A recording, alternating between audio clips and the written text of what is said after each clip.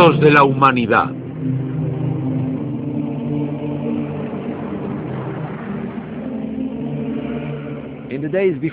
En tiempos anteriores a los faraones, mucho antes de la historia documentada, había hombres inteligentes, genios. Había Einsteins, Newtons. Estos hombres necesitaban entender su existencia, necesitaban comprender el cosmos. Pero en lugar de contar con una tecnología y una ciencia para hacerlo, utilizaban su genio y su inteligencia para buscar en su interior. Empleaban otro aspecto del pensamiento que nosotros hemos olvidado hace mucho tiempo, la búsqueda interior, intuitiva y espiritual.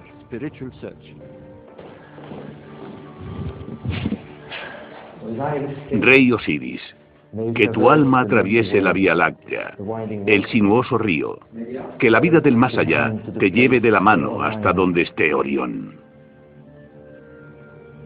El mito de Osiris. En los albores de la historia, 2500 años antes de Cristo, una civilización se dispuso a construir los monumentos más espléndidos de la Tierra. 13 millones de toneladas de sólida roca, suficientes para construir el centro de Londres, se extrajeron del desierto. ¿Por qué? ¿Qué visión motivó esta empresa? Según los estudiosos, su función era servir de tumba a 3 faraones. Robert Bauval, escritor e investigador británico nacido en Alejandría, ha pasado la mayor parte de su vida a la sombra de las grandes pirámides. Bauval opina que detrás de la construcción de estas pirámides hay una visión mucho más grandiosa. Durante más de 20 años ha buscado ese gran significado en los antiguos susurros de las estrellas y los mitos, y en la creación tal y como Egipto la entendía. En el principio reinaba la oscuridad y un océano de caos. De él surgió un túmulo sobre el cual apareció el sol, Ra. Entonces el Benu, el ave fénix, alzó el vuelo y su primer grito puso al mundo en movimiento. En este lugar, más tarde, se levantaba la ciudad sagrada de Heliópolis alrededor de un pilar coronado por un benben sagrado que simbolizaba el primer túmulo de la creación. Esto es todo lo que queda de la ciudad de Heliópolis, la que fuera la ciudad más sagrada del mundo antiguo. En este espacio hoy profanado, se alzaba el templo sagrado del sol, el templo del Fénix.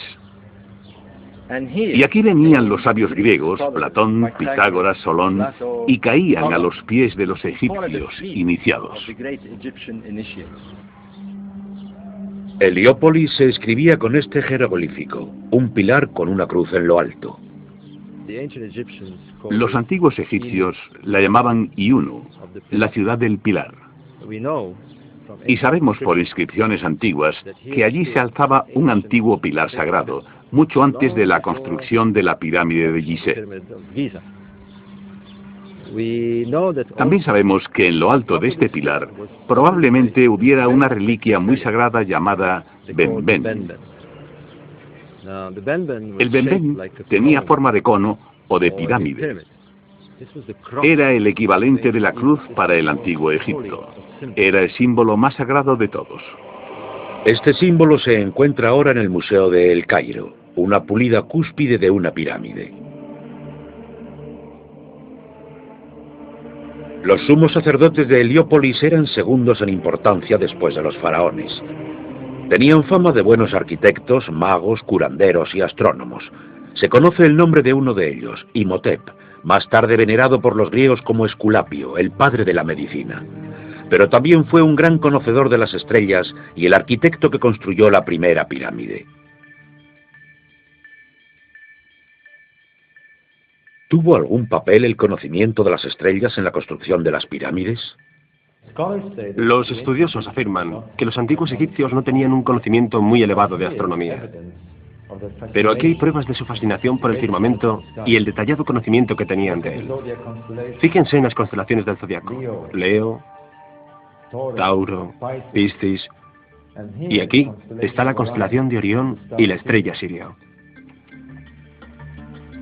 Muchas civilizaciones conceden una importancia especial a la constelación de Orión. Delante de los cuernos de Tauro encontramos al gran cazador con su cinturón de 3 estrellas. Para los egipcios era Osiris, el dios de la otra vida, y estaba vinculado muy estrechamente a las grandes pirámides. Bobal averiguaría hasta qué punto. Todo esto da fe de un gran plan único, un plan maestro. Y sin embargo, hay algo muy desconcertante en este plan. Tenemos 3 pirámides. 2 son casi del mismo tamaño y están alineadas en diagonal. Y aquí está lo curioso. La tercera es mucho más pequeña y está ligeramente a la izquierda de esa diagonal. ¿Por qué? ¿Qué trataban de hacer los constructores de las pirámides? El problema me había estado preocupando durante años. Y una noche como esta, sentado en el desierto con un amigo mío, este me estaba diciendo que la estrella Sirio iba a aparecer y apuntó al cielo y señaló al cinturón de Orión. Y me dijo, ¿te has fijado que las 3 estrellas están en fila, pero que la primera, la más pequeña, está ligeramente desviada hacia la izquierda? Y de repente caí en ello.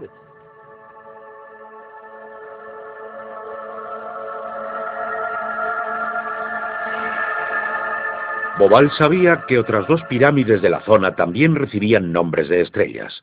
Lo que vio fue asombroso. Orión, el dios Osiris, estaba en el cielo como en la tierra. Pero algo no encajaba. Los egipcios consideraban el Nilo como la Vía Láctea, y evidentemente las pirámides como Orión. Pero en la era de las pirámides, la posición de la Vía Láctea respecto a Orión era distinta. Bobal se dio cuenta de que el ordenador miraba a otra época. Para que la constelación encaje perfectamente con las pirámides de la Tierra, hay que girar ligeramente el firmamento en el sentido contrario a las agujas del reloj. Eso implica retroceder en el tiempo. La posición de las estrellas cambia a lo largo del tiempo debido al fenómeno de la precesión. La Tierra no solo realiza un movimiento de rotación, también, como si fuera un trompo gigante, su eje se desplaza lentamente cada 26.000 años. Desde la Tierra, debido a este fenómeno, parece que las estrellas se desplazan verticalmente a lo largo de los milenios. 7.000, 8.000, 9, 10... Es realmente extraordinario. La fecha final se establece en 10.500 años antes de Cristo. Ahora la Vía Láctea encajaba perfectamente sobre el Nilo. Los constructores estaban apuntando a un pasado distante, cuando Orión apareció para iniciar su lento ascenso por los cielos. El mítico primer tiempo, cuando los dioses reinaban y era el comienzo de todo. Y otro enigma. En la Gran Pirámide existen unos extraños y estrechos túneles que, según los científicos, pudieran ser conductos de ventilación. Es imposible que fueran conductos de ventilación. El diseño es demasiado complicado. Suben por toda la pendiente hasta arriba. Tiene que haber un propósito más elevado. Los astrónomos habían averiguado que estos conductos apuntaban hacia la Osa Menor y el Alfa Draconis, la estrella polar de la antigüedad. Está claro que no se tomaron tantas molestias porque sí. Para los antiguos egipcios, Orión era Osiris, el dios de la resurrección. Bien, esto es una reconstrucción del cielo hacia el 2500 a.C. Veamos qué pasa con el cinturón de Orión cuando cruza la línea norte-sur. El conducto de la cámara del faraón apuntaba hacia Orión, el dios Osiris. A la izquierda de Orión está la estrella Sirio. Para los antiguos egipcios era la diosa Isis, la esposa de Osiris. Esto para mí fue un descubrimiento asombroso. Bobal descubrió que el último conducto apuntaba a Sirio, la estrella de la diosa Isis. Los egipcios se habían construido caminos para Isis y Osiris, sus dioses del más allá y de la resurrección, los dioses desde sus comienzos.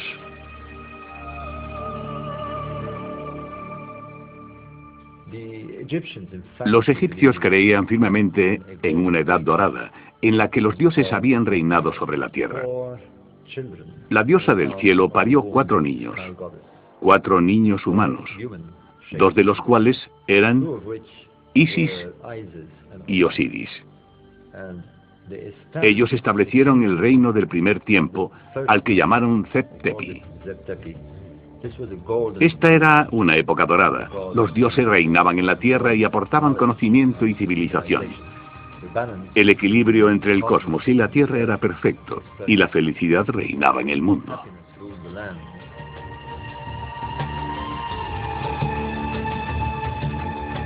Un tiempo dorado en el que reinaba Osiris. Pero Set, su hermano, tuvo celos, le traicionó y le mató. El mundo cayó presa del caos cuando Set cortó el cuerpo de Osiris en 14 pedazos y los escondió por toda la tierra. La sangre y la oscuridad cubrieron Egipto.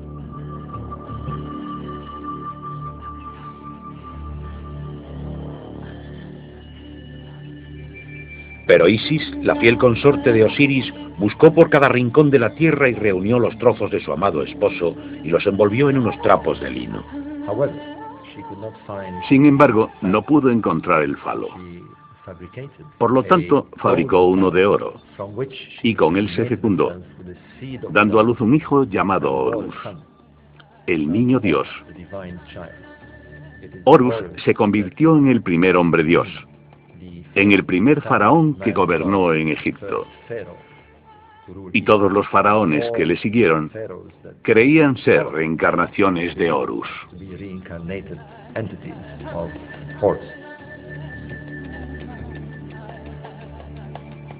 Horus, el dios con cabeza de halcón, vengó a su padre, venció al mal y mató a Set. Isis y Osiris se reencarnaron en el cielo y se erigieron en señores de la noche y de la otra vida. Osiris como Orión, e Isis como la estrella Sirio.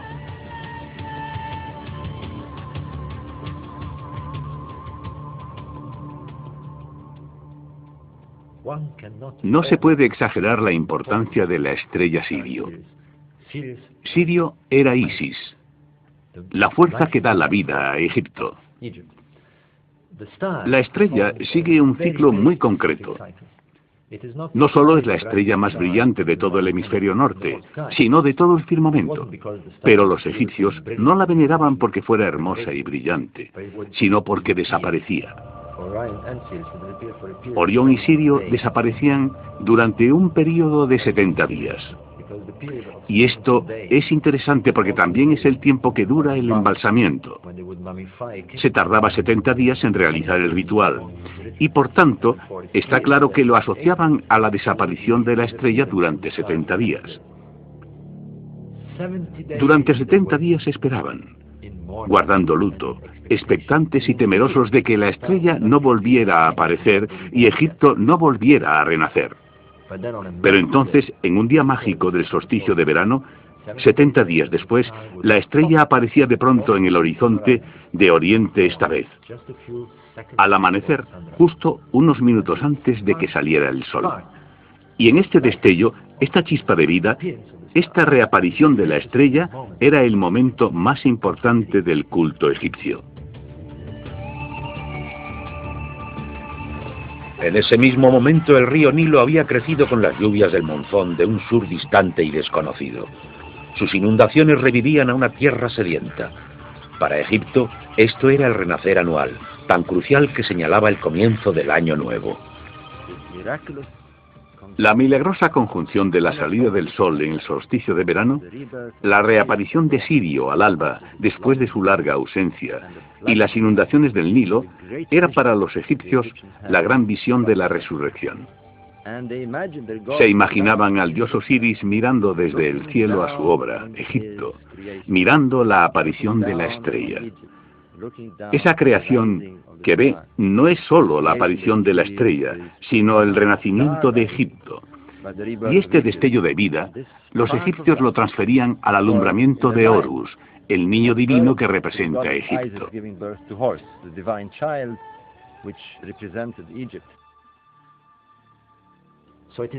De manera que la estrella es la que encierra la verdadera esencia de Egipto y la verdadera esencia de su renacer anual.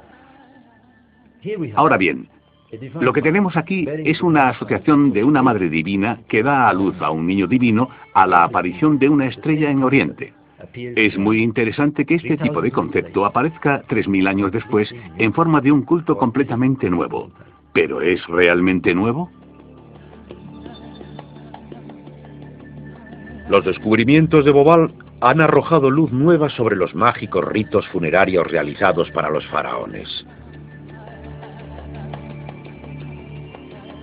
Después de 70 días llevaban a la momia hacia el oeste, hacia la necrópolis de Gizeh, cruzando el Nilo como si cruzaran la Vía Láctea hasta el cinturón de Orión, donde se alzan las pirámides como puertas que llevan hacia Isis y Osiris, los dioses de la vida y la muerte. Estamos en el interior de la pirámide de Unas. Aquí están los textos religiosos más antiguos de la historia, los textos de la pirámide. Durante siglos se ignoró el significado de estos textos porque los egiptólogos veían la religión de Egipto principalmente como un culto del sol. Pero esta no es una religión del día y de los vivos, sino una religión de la noche y de los muertos. Estos textos nos repiten constantemente que el rey se convierte en una estrella en el reino de Osiris, en la constelación de Orión. Uno de estos textos dice: que tu alma atraviese el sinuoso río, la Vía Láctea, y vaya al lugar donde está Orión.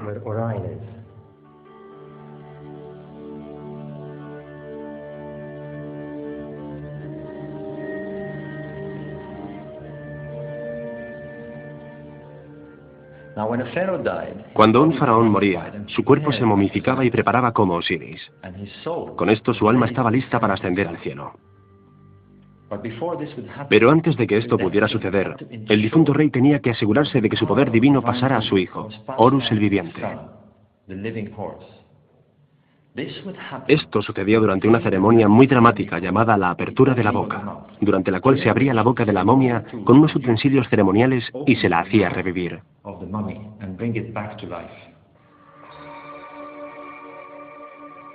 Entonces se le colocaba un falo artificial y se orientaba al difunto rey hacia Isis, o hacia la estrella Sirio.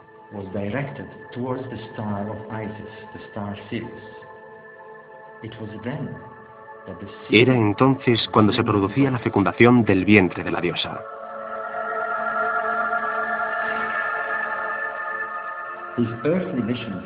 Una vez que había cumplido su misión terrenal, el difunto rey podía partir hacia el cielo.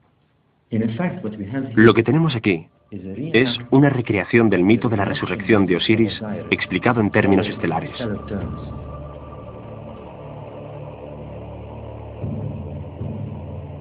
En el antiguo Egipto, esto era Rostau, la entrada al inframundo, al reino de Osiris, la puerta del más allá, un lugar donde reina el misterio hasta nuestros días. Tradicionalmente los científicos no han visto en ellas mucho más que tumbas para 3 faraones. En la actualidad son cada vez más numerosos los que piensan que esto era algo más. Al final de este conducto, el arqueólogo más reputado de Egipto excava pasillos y cuevas que dan aún más veracidad al mito de Osiris.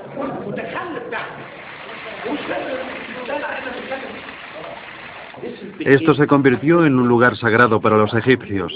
La gente quería ser enterrada aquí para estar conectada con el dios Osiris. Ahora estamos a 30 metros bajo tierra, justamente entre la Esfinge y la segunda pirámide.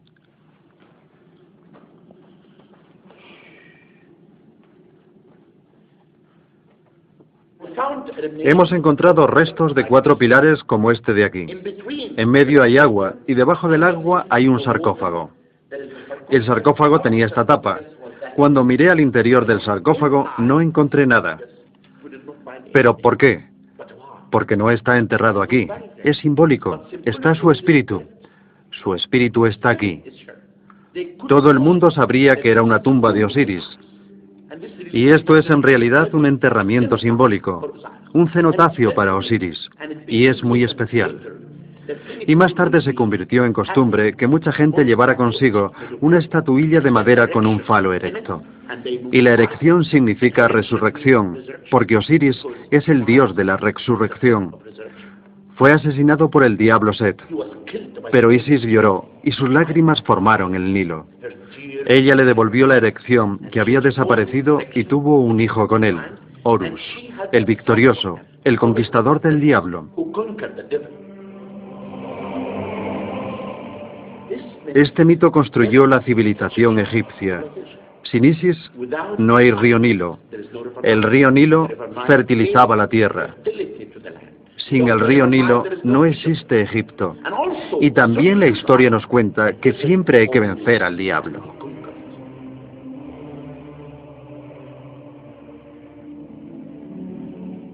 Eran mucho más que tumbas para los faraones muertos. eran una expresión magnífica de una civilización que tenía una visión cosmogónica, que exploraba la muerte y alcanzaba la resurrección a través de ritos mágicos y de la iniciación a sus misterios. La base del culto egipcio, la idea principal de su culto iniciático, místico, es aprender a realizar esta transfiguración y viaje hacia la otra vida y convertirse en parte del reino del más allá de Osiris. Osiris era la constelación de Orión. Ellos la llamaban Sahu. Y lo curioso es que Sahu significa convertirse en un ser espiritual, en un ser astral. Es el nombre que recibían las momias. Nosotros somos los que las hemos llamado momias, pero en el antiguo Egipto decían convertirse en Sahu. Convertirse en un Sahu es convertirse en una momia, pero también es convertirse en un ser espiritualizado, en Orión. De igual manera decimos unirse a Cristo o convertirse en un ser como Cristo en la otra vida. ¿Son las pirámides de Gizeh un intento de llegar al más allá? Los nuevos descubrimientos apuntan en este sentido.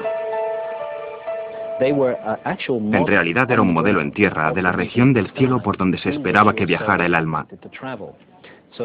De forma que eran lugares de iniciación, lugares para preparar a los hombres para el misterio que hay más allá de la muerte.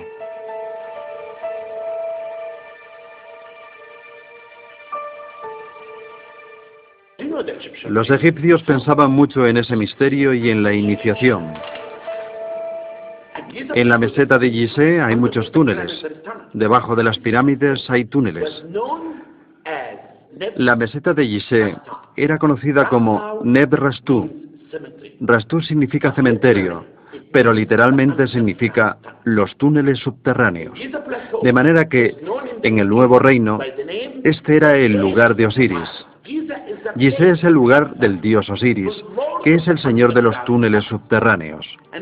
Y por esa razón, en mi opinión, hicieron este conducto, y este conducto ¿irá a la Gran Pirámide o no? Posiblemente los arqueólogos tengan aún mucho trabajo por hacer. ¿Qué hay debajo de la Esfinge? ¿Qué son las cavidades detectadas por los sismógrafos? ¿Se esconden más secretos sobre los primeros orígenes de la civilización? ¿Se iniciaba aquí a los hombres en los misterios del más allá? Yo creo que la intención primaria era la iniciación de los vivos para que pudiera producirse una transformación que los hiciera seres más fuertes y capaces de afrontar este terrible y aterrador viaje que debemos hacer después de la muerte. Eso es para mí lo que le da sentido a toda esta empresa.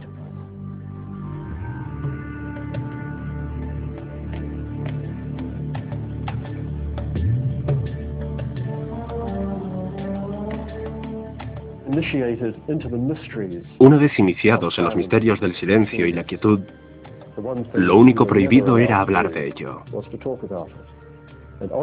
Y por raro que parezca, nadie lo hizo nunca. Solo sabemos que pasaban por los portales de la muerte. Era como un adelanto de la muerte en realidad.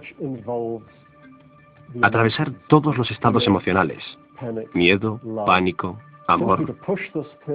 Simplemente se trataba de hacer que esa persona llegara a un punto en el que se liberaba de todo lo que no fuera realmente ella, de tal manera que pudiera emerger la verdadera persona debajo de la cubierta social.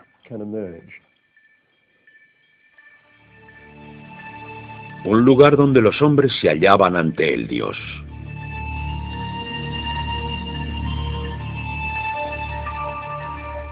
Miles de años antes del cristianismo, los egipcios ya conocían el concepto del juicio final.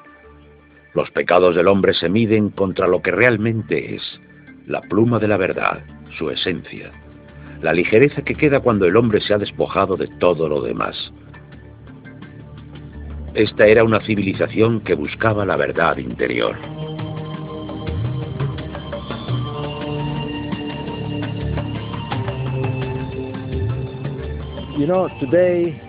La cosmovisión que nos han dado los científicos nos dice que la verdad está ahí fuera, y ahí es donde tenemos que buscarla. Pero para los antiguos egipcios, la verdad está aquí dentro, y la búsqueda era una búsqueda interior. Creían que en el interior de cada individuo está la llama de lo divino, y para poder aprender interiormente a expandir esa chispa, a llevarla a su máximo potencial, había que hablar con ella, internamente, en una lengua que los egipcios llamaban la lengua de lo divino, la lengua de los dioses.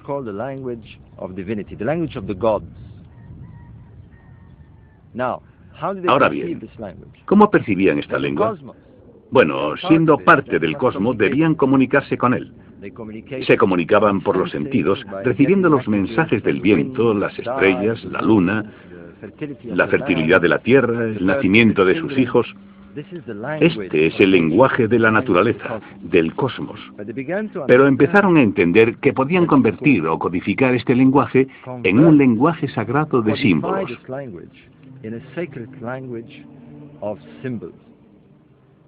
Se podían simbolizar los principios cósmicos. Este es el comienzo de la escritura sagrada. Esta es la razón de que se inventara. Y efectivamente, se dice que la escritura sagrada la inventaron los dioses.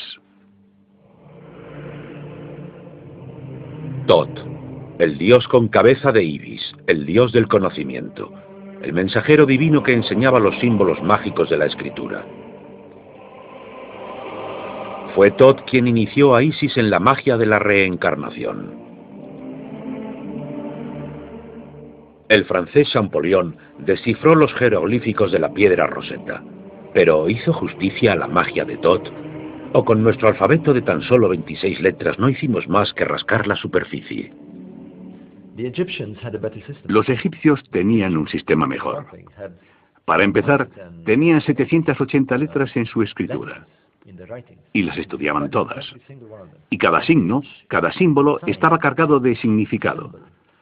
Así que cuando querían transmitir una idea, elegían el símbolo correcto, el más apropiado. Un ejemplo muy bueno que todos conocemos es la cruz. La cruz cristiana es un símbolo.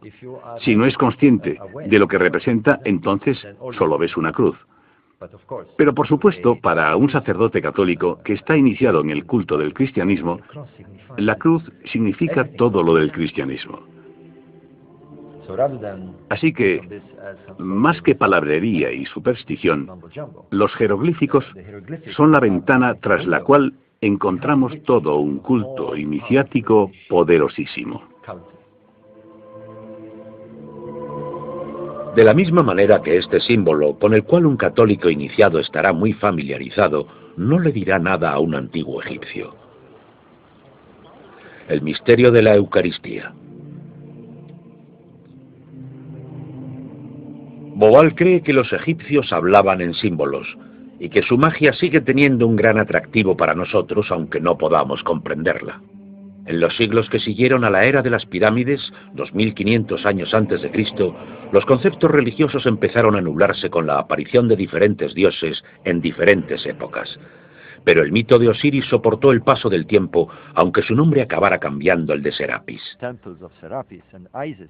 Encontramos templos de Serapis e Isis hasta en Inglaterra, Alemania y Francia. A partir del siglo I después de Cristo, el culto se extendió por todo el Imperio Romano, compitiendo en supremacía con el incipiente cristianismo. E incluso llegó a influir en este.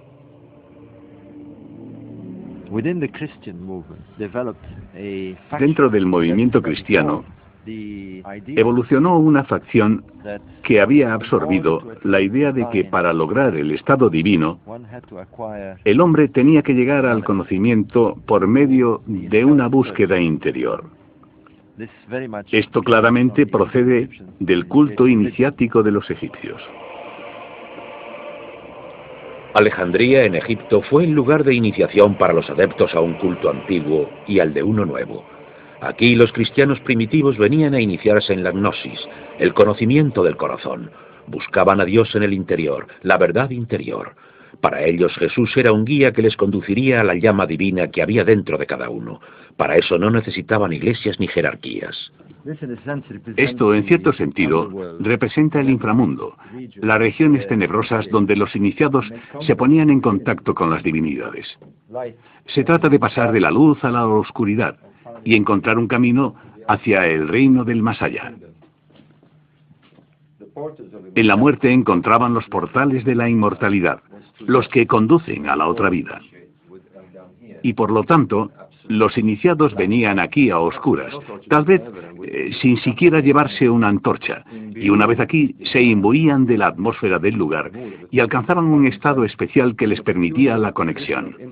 Estaban muy cerca, creían ellos, del lugar donde uno podía hacer el tránsito desde la vida a la muerte y al renacimiento. Los que venían aquí eran cristianos primitivos, y sin embargo hay una vinculación entre el culto religioso de los antiguos egipcios y la religión de los gnósticos. La religión de los gnósticos es, en cierto sentido, el culto místico de los egipcios cristianizado. Esto que tenemos aquí es el proceso de la resurrección en los rituales de la momificación. Vemos a Anubis aquí sobre la momia. Thoth, al que los griegos llaman ahora Hermes. Estamos en el siglo II de la cristiandad, y aún así vemos que los cristianos realizan rituales de los antiguos egipcios. Por ejemplo, la presentación a la divinidad de la pluma de la verdad, el símbolo de la verdad. Era una época en la que todavía no se había formulado la iconografía, los símbolos o incluso el mito del cristianismo. ¿Tomó prestado el cristianismo todos sus símbolos? En uno de los 4 evangelios, la idea de la Natividad, María, la Sagrada Madre de Jesús, el Niño Dios, está extrañamente vinculada a la historia de Egipto. Es el Evangelio de Mateo. El Evangelio de Mateo es especial por 3 cosas, todas relacionadas con el relato de la Natividad. Primero, los magos que vinieron de Oriente siguiendo una estrella. Esa es la segunda cosa, la estrella de Oriente. Y la tercera, la Sagrada Familia que escapa a Egipto huyendo de la masacre de los niños que ordena Herodes y se refugia en Heliópolis. En una iglesia cristiana cerca de Heliópolis hay una representación de la huida a Egipto de la Sagrada Familia. Esta tradición está tan viva todavía hoy en día que cuando pintaron este mural tomaron como modelo para el árbol aquel en el que se supone se paró a descansar la Sagrada Familia. Esta historia solo aparece en un evangelio, en el de Mateo. Ahora bien, sabemos que Mateo lo escribió en Alejandría, en Egipto. ¿Qué tenía en mente el escritor?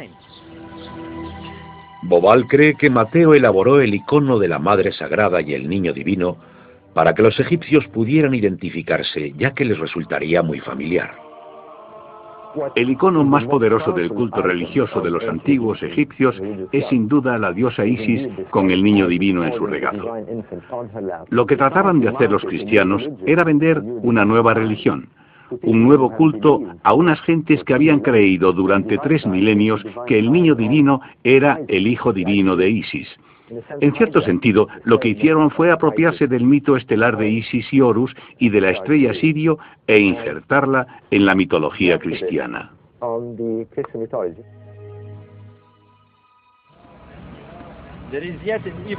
Pero los que construyeron el mito cristiano tuvieron otra manera aún más efectiva de inyectar el mito de Isis en su nueva religión.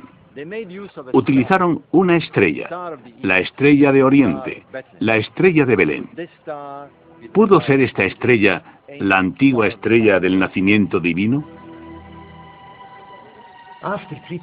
Después de 3000 años, debido al fenómeno de precisión, el período de aparición y desaparición de Sirio habría cambiado. En la época del nacimiento de Jesús, esa estrella aparecería aproximadamente durante el solsticio de invierno, no en el solsticio de verano como en la época del Antiguo Egipto, sino más o menos el 25 de diciembre para ser más exactos, justo al anochecer. Sabemos que los judíos y los cristianos celebraban el cambio del día al anochecer, no al amanecer como los antiguos egipcios, sino al ponerse el sol. Y aquí está lo interesante. el 25 de diciembre, verían aparecer la constelación de Orión y justo después de la puesta del sol, la estrella Sirio se alzaría en el horizonte. Y esta era exactamente la misma imagen que los antiguos egipcios habían celebrado durante miles de años para conmemorar el nacimiento de Horus, el niño Dios. La estrella de la Natividad fue sacada de un mito antiguo e injertada en la nueva religión cristiana.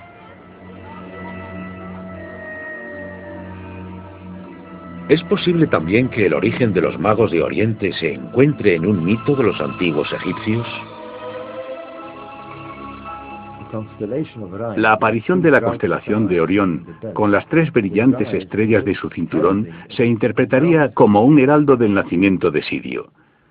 Ahora bien, solamente Mateo menciona a los 3 magos en su Evangelio. ¿Podría esto explicar por qué las 3 estrellas del cinturón de Orión eran identificadas con los 3 magos? Está claro que al estudiar el mito y el relato juntos, se ve que los que lo escribieron identificaban a Isis como la madre de Jesús. Más tarde, ella desarrolló su propia identidad como María, y su parte de Isis desapareció. Pero está claro que originariamente fue Isis. Estas imágenes míticas están vivas, evolucionan y cambian. Y por eso, nada es estático y no se puede decir. Así son las cosas ahora y para siempre. Los primeros siglos del cristianismo estuvieron dominados por los debates teológicos. Una iglesia ortodoxa con una jerarquía de sacerdotes y obispos cada vez mayor se enfrenta a los gnósticos, que buscan a Dios en el interior de sí mismos. Los fundamentos de la fe se ponen en tela de juicio. La naturaleza de Cristo como Hijo de Dios es objeto de furiosos debates. Ser gnóstico significaba estar en contra de la iglesia ortodoxa, porque no reconocían a la iglesia establecida, no necesitaban de la institución, se comunicaban directamente con Dios, no necesitaban intérpretes. Esta fe individual despierta cada vez más interés en la actualidad. El principio básico gira en torno a nuestra relación con la divinidad, que es personal, sin sacerdotes, sin jerarquías, sin burocracias, sin jefes espirituales. Eso es peligroso. Peligroso para las estructuras del poder, peligroso y aniquilador. Nicea, en 325 después de Cristo. Constantino, el primer emperador romano en abrazar el cristianismo, ha reunido a sus obispos.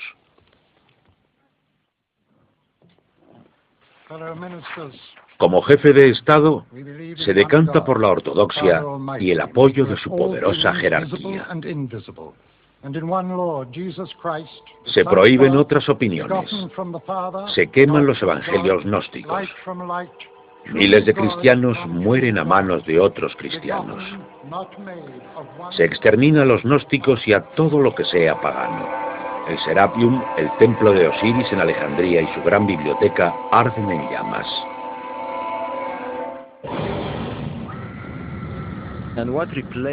Y se reemplazó el sistema de conocimiento y gnosis por la fe ciega, lo cual llevó finalmente a la creación de una institución rígida que imponía sus doctrinas y su dogma a la población.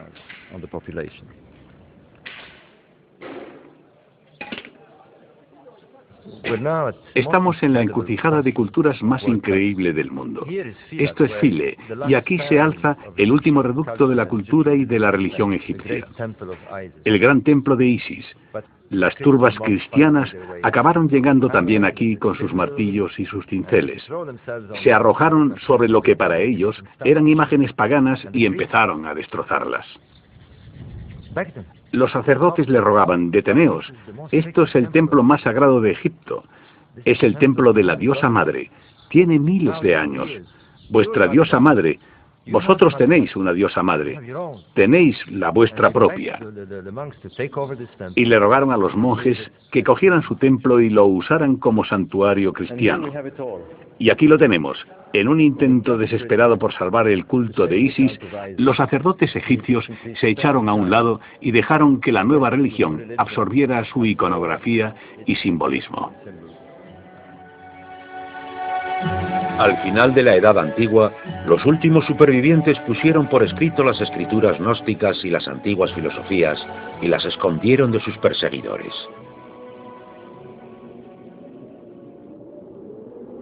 Los textos de la religión gnóstica han aparecido recientemente. Los filosóficos se descubrieron mucho más temprano en Florencia, la cuna del Renacimiento europeo. En 1460, un monje le entregó a Cosimo de Médicis un paquete de libros. Resultaron ser la Hermética, las últimas palabras de Hermes Trigemisto, el top egipcio. Cosimo le pidió a su traductor, Marsilio Ficino, que dejara a un lado a Platón y se pusiera a traducir inmediatamente la Hermética. Estaba a punto de explotar una bomba intelectual. De pronto, todo el concepto de la sabiduría egipcia invadió la conciencia europea y cobró una importancia capital. Y durante los siguientes 200 o 300 años, motivó toda la vanguardia del arte europeo, los esfuerzos intelectuales y el pensamiento, la filosofía y el saber en general. En el corpus hermético subyace el concepto del poder del simbolismo. Los símbolos no son simplemente algo por lo que reconocemos a alguien o un eslogan publicitario. Los símbolos tienen un significado más profundo. El hombre renacentista creía que el símbolo en sí podía llevar a la iniciación. La hermética adquirió tal popularidad que incluso el Papa Borgia decoró sus aposentos del Vaticano con escenas de Osiris e Isis, y Tot o Hermes, tal y como los imaginaron los pintores renacentistas. Aquí se estaba introduciendo una religión más antigua y, en opinión de algunos, más sabia que la del mismo Moisés y la Biblia. En la Catedral de Siena encontramos esta imagen de Hermes Trimegisto, el dios Tot, en el momento de entregar la sabiduría de Egipto, y el fénix de la creación y la antigua Heliópolis.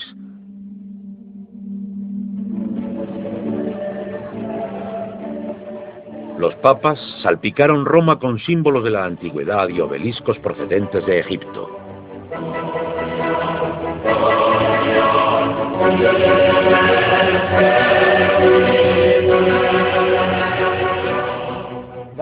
Por una extraña ironía del destino, los papas eligieron el antiguo símbolo de Heliópolis, un pilar con una cruz en lo alto, y lo situaron en el mismísimo corazón de la cristiandad.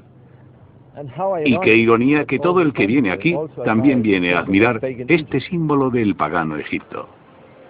Eruditos como el jesuita Atanasio Kircher empiezan a estudiar los enigmas egipcios, pero la Iglesia intuye el peligro. El hermeticismo propone caminos nuevos e individuales que se apartan de los intereses de la Iglesia. Se prohíben las ideas y se queman los libros.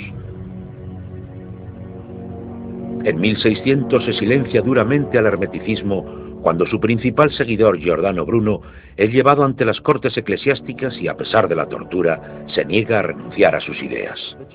La Iglesia solo tenía un modo de parar esto, y así sucedió lo impensable. Una mañana triste de septiembre, Giordano Bruno fue arrastrado hasta este lugar, amordazado y quemado vivo. Hasta el último momento, trató de desviar la vista de la cruz que un sacerdote de la Inquisición blandía en su cara. Abrazando el hermeticismo, descendió en picado a las profundidades del inframundo. El hermeticismo ha encontrado un refugio en sociedades esotéricas como la de los Rosacruces y los masones. La Gran Logia de Londres, el cuartel general de los francmasones, resuena con símbolos antiguos. Iniciación en secretos, ritos y símbolos. A cualquier masón que le insinúen que existe una conexión entre su doctrina y el antiguo Egipto, probablemente se reirá con desdén. Los escritores Bob Lomas y Chris Knight probablemente habrían hecho lo mismo si no les hubiera invadido la curiosidad. Hace 10 años nos habríamos reído de cualquiera que hubiera dicho lo que ahora estamos diciendo nosotros. No es una línea recta de sucesos, pero hay una línea que conecta con Egipto que se fusiona, separa y vuelve a fusionarse. La pirámide con el ojo que todo lo ve, la estrella brillante. ¿Penetraron los símbolos sagrados de los egipcios en los misterios masónicos? En sus libros, Lomas Ignite investigan la influencia de la francmasonería en los símbolos e instituciones de los Estados Unidos. Los fundadores de los Estados Unidos, George Washington, Franklin y otros, eran masones. Asistieron a la construcción de la Casa Blanca con toda la regalía masónica.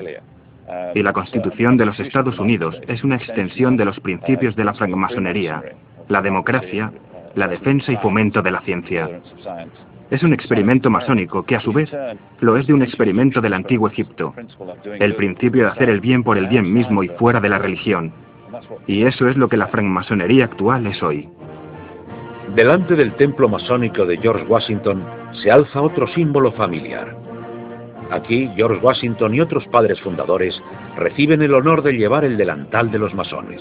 El dólar, el símbolo del poder de Estados Unidos, muestra la cara desconocida del sello estadounidense, la pirámide con el ojo que todo lo ve y la promesa de un nuevo orden. Es interesante, por ejemplo, que cuando el presidente jura el cargo, haga un símbolo masónico, que no puedo enseñar porque contravendría mis votos de masón. No explica lo que es, pero hace un gesto, y ese símbolo es el de la fidelidad masónica.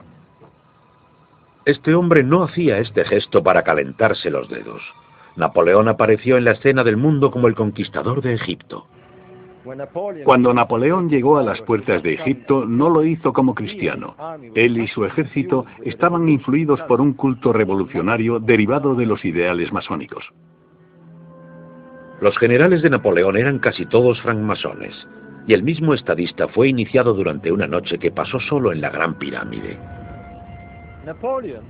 Napoleón volvió de Egipto obsesionado con la idea de que estaba bajo la protección de una estrella. Tanto que la Place de l'Étoile, la Plaza de la Estrella, se construyó en el eje central de París, los Campos Elíseos. Pero hay más. La gran arteria parisina se encuentra a 26 grados al este, y según Bobal, está alineada con la estrella de Isis. Esto es lo que los parisinos verían cuando miraran hacia Oriente, la constelación de Orión. Y aquí está la estrella Sirio rompiendo en el horizonte, a 26 grados y medio a la derecha del este, en perfecta alineación con los Campos Elíseos. Algunos historiadores dicen que el mismo nombre de París puede estar vinculado al nombre de Isis, porque aquí, donde está la iglesia de Saint-Germain-des-Prés, hubo antiguamente un templo de Isis. Y los romanos solían llamar a este lugar Par Isis, que significa cerca del templo de Isis. Parisis, París. La admiración de Napoleón era suficiente como para ordenar que se incluyera la estrella y la misma Isis en la proa del barco del emblema de París. La ciudad contiene muchas referencias a Isis y a Egipto, como podemos ver en este techo del Palacio del Louvre. En él se nos muestra al genio de París en el momento en el que se le revela el futuro, un futuro en el que aparece Isis, un obelisco y una pirámide a sus pies, y un ángel anunciando la visión. Y aquí está, la misma estatua mirando sobre la plaza de la Bastilla, donde se reunieron las multitudes para celebrar el primer año de la Revolución. Cantidades de personas se reúnen aquí bajo la estatua de Isis. Y ahora, 200 años más tarde, ¿qué es lo que están mirando? Bueno, como en el cuadro, un obelisco y una pirámide que el presidente Mitterrand inauguró en 1989 para el bicentenario de la Revolución. Encontramos estos recursos mágicos sumamente antiguos en el centro de los lugares más evocativos del mundo. Uno se puede imaginar a millones de personas paseando cerca de uno de ellos durante años, y de vez en cuando a alguien le llama la atención y dice, ¿qué estará haciendo esto aquí? Y seguro que evocará la magia del pasado y su significado simbólico. Son símbolos que contienen, como los jeroglíficos, muchos niveles de significado. como sucedió la víspera de 2000, cuando Egipto tuvo la brillante idea de retransmitir a todo el mundo por televisión su recibimiento del milenio. 5 minutos antes de las 12 de la noche, un helicóptero aparecería con la cúspide y la colocaría en lo alto de la pirámide. Imagínense que esto habría sido el momento más emocionante de la historia. Esa cúspide llevaba miles de años desaparecida y parecía un gesto maravilloso para dar a conocer Egipto, pero también era un símbolo de mucho más. Se ha sugerido que además de ser un símbolo masónico, también representa el tiempo en el que los ideales masónicos darán sus frutos y se inaugurará un nuevo orden mundial. Eso es precisamente lo que se dice en el dólar estadounidense, que se prepara un nuevo orden mundial. O como predijo un famoso profeta del ocultismo, Edgar Cayce, la llegada de un nuevo Mesías o tal vez de un nuevo Horus. Ya que por primera vez en miles de años, Sirio, la estrella que anunciaba el nacimiento de Isis, aparecería justamente encima de la pirámide en el momento del cambio del año. El antiguo Egipto representaba a Isis con dos símbolos, una estrella sobre un triángulo. En el momento de situar la cúspide encima de la pirámide, en el momento de la entrada del nuevo milenio, los cielos sobre Gizeh clamarían Isis, Isis. Bueno, los símbolos tienen una forma muy curiosa de transformar las ideas, y por eso me gusta verlos, solo por puro placer. Para mí son una especie de magia antigua, algo que no entendemos, algo que está ahí para jugar con nosotros, para recordarnos que no todo es racional y que vivimos en un mundo mágico que no hemos entendido del todo. Al final, Egipto no retransmitió su celebración del nuevo milenio. La prensa fundamentalista condenó duramente la idea, tachándola de complot capitalista y golpe maestro de la francmasonería. La fiesta se realizó sin la colocación de la cúspide. A pesar de todo, ¿por qué siguen siendo tan evocadores todos estos símbolos? Egipto es importante no solo porque sea el único lugar del mundo donde suceden cosas profundas, pero digamos que el decorado de Egipto nos impresiona y nos recuerda que la humanidad hizo cosas fantásticas en el pasado y tuvo experiencias místicas y espirituales que eran importantes para su supervivencia.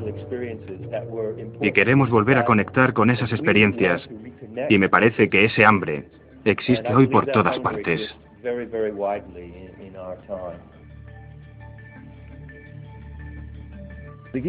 La meseta de Gizeh, la expresión de la religión de Osiris e Isis, es anterior al cristianismo y puede que dure más que la cristiandad.